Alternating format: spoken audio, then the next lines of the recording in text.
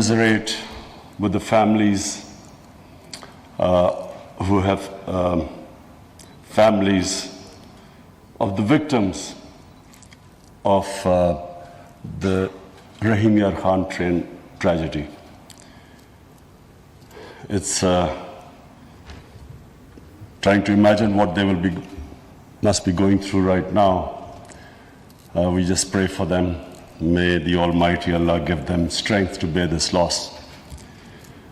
This is a day to celebrate.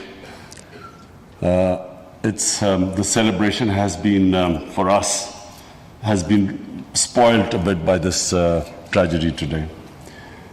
But I especially want to congratulate all those who have taken part in this, making this big achievement, climbing 28 places in the ease of doing business.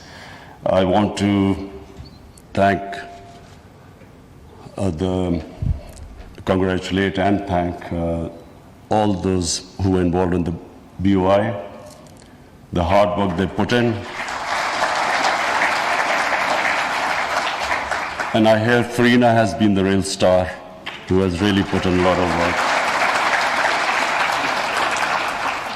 We congratulate the Sindh government for all the work they put in. Punjab, but I especially wanted to thank Elango for all the help you provided us.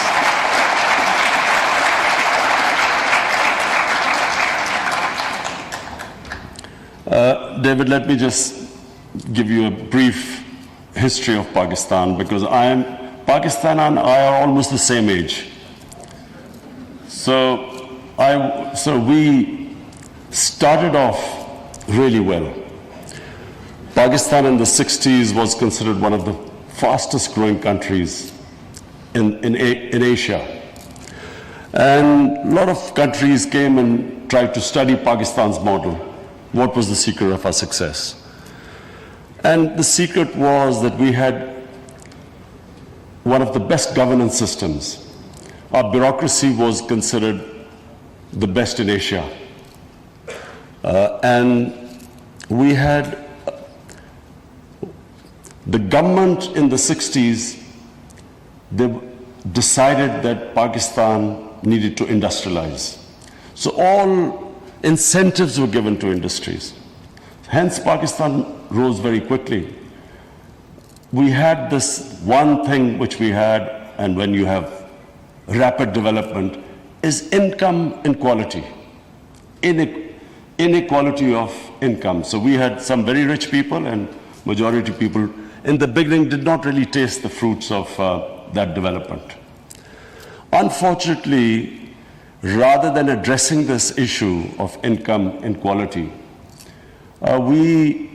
we started a program of socialism in the 80s, in the 70s, where this nationalization took place. And unfortunately, we lost our way. The problem was that we developed this, because I remember the political, the slogans of the time. Somehow we developed this idea that making money was a sin, that people making too many profits were somehow doing something illegal. And that mindset is what really, where Pakistan suffered. And actually that mindset persisted even to this day. Amongst the bureaucracy, among some political figures, the idea that people should not be making too much money, the socialist mindset. So what we want right now, the gains we have made, these 28 points we've gone up, it's the beginning. What we must start off with is a different mindset, that making money is not a sin, as long as you pay your taxes. Now that's the other problem, we don't pay our taxes.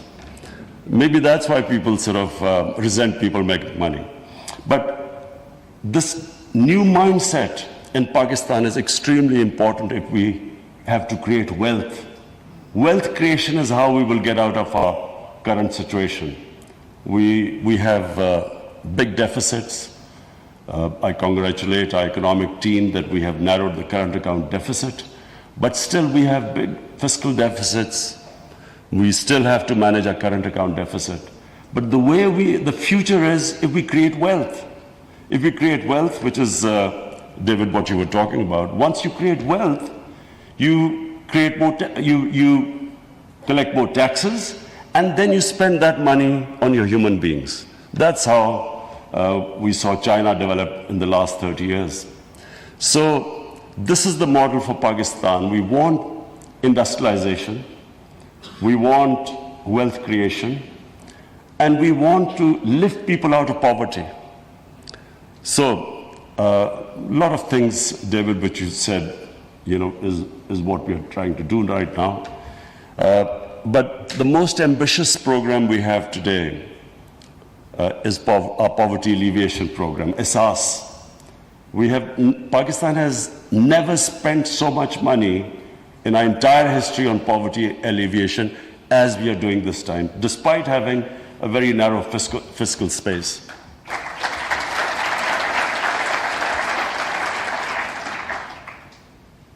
And so, as our Commerce Minister said, that the challenge is that we've reached the stage now, tomorrow morning, we start to make inroads.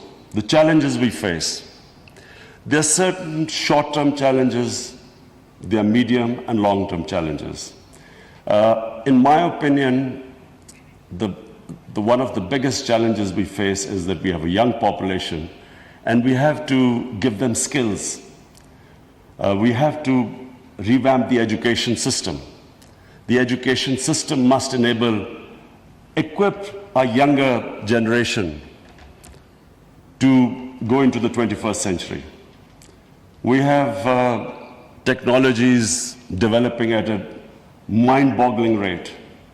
New technologies coming in information technology, artificial intelligence. This is where we have a great chance that if we can equip our younger generation with the modern tools, then they become the asset of Pakistan. If we do not equip them, we do not pay attention on our education, they become a liability. So that's the number one challenge. Second is contract enforcement. We cannot invite investment unless and until the investors have trust in our justice system.